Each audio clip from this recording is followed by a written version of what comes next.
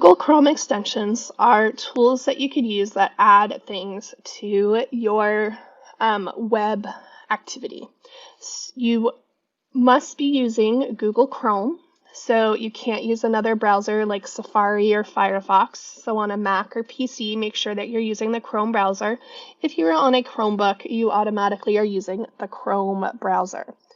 Now, if you have a school account, a Google Workplace account that you are using or that your students are using, your Google admin may have the ability to use or to add Chrome extensions turned off. So if you're unable to add any Chrome extensions when you try this, it could be because your district is not allowing you to use them.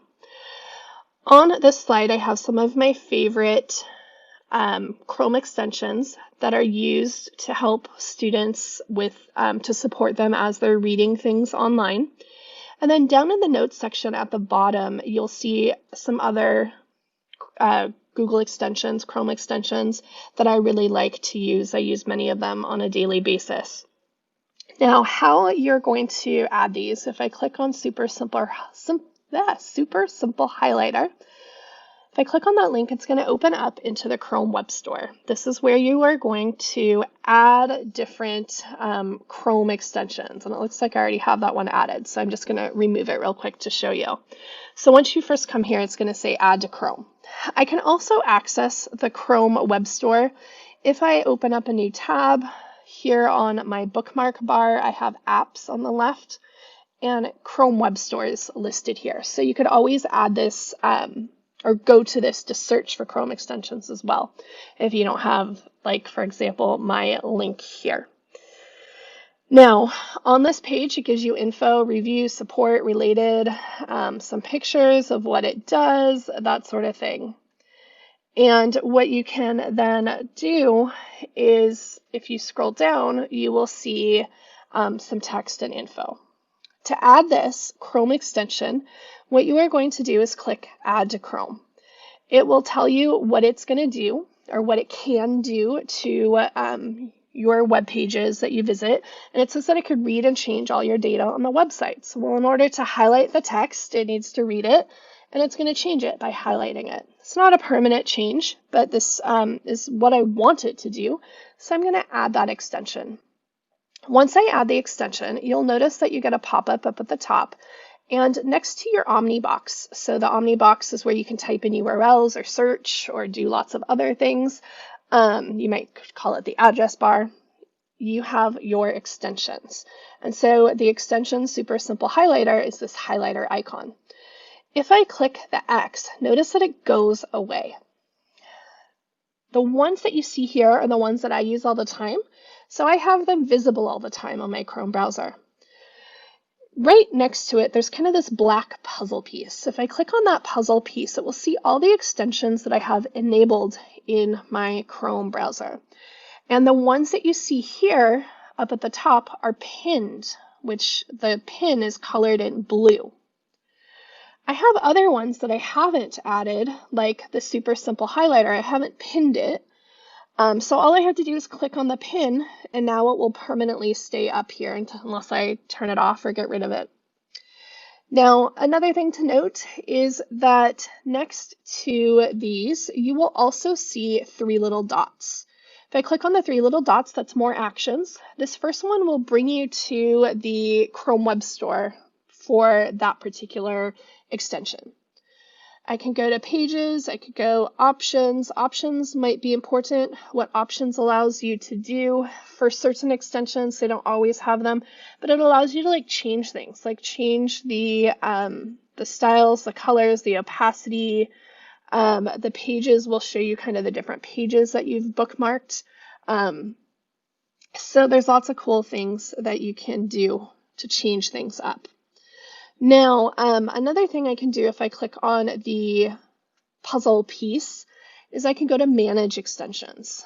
When I go to Manage Extensions, it shows all of the different extensions that I've added to my Chrome browser. And you can see I've added a lot over the years.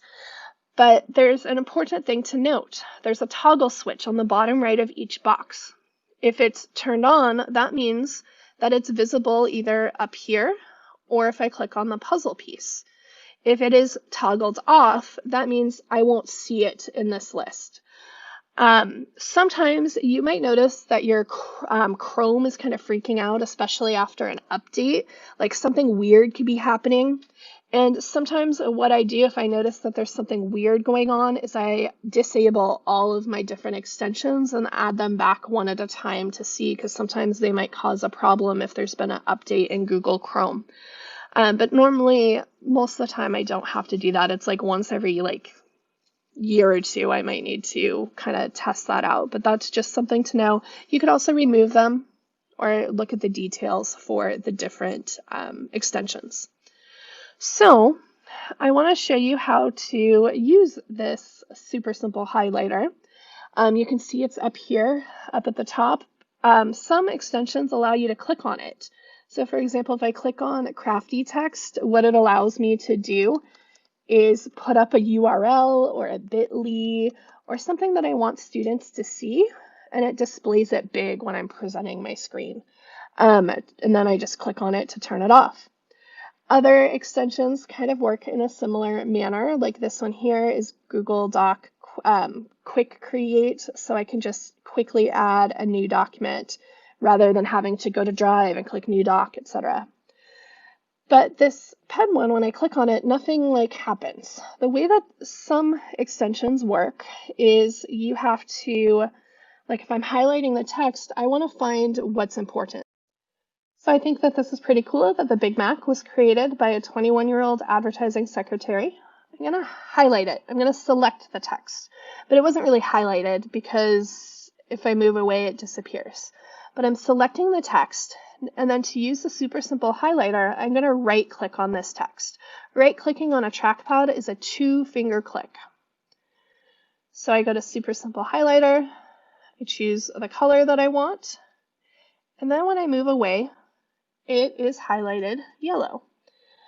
I can find other information that I want. Maybe I think that's kind of cool.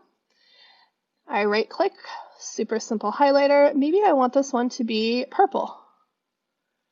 Move it away, and it's that different color.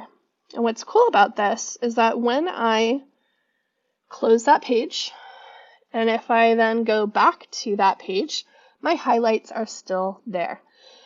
Now, if I don't want those highlights any longer, notice that when I hover over the highlighted text, I get this little circle with an X. If I move my cursor to it, it turns red. I click on it and I can delete it. So this is just a cool way to use this extension. Now, because I don't have to click on the extension for this particular one, the highlighter, I don't have to click on it to activate it or to use it. I might not want it to take up real estate up in this top spot. So if I go to the puzzle piece, I find my super simple highlighter and I unpin it.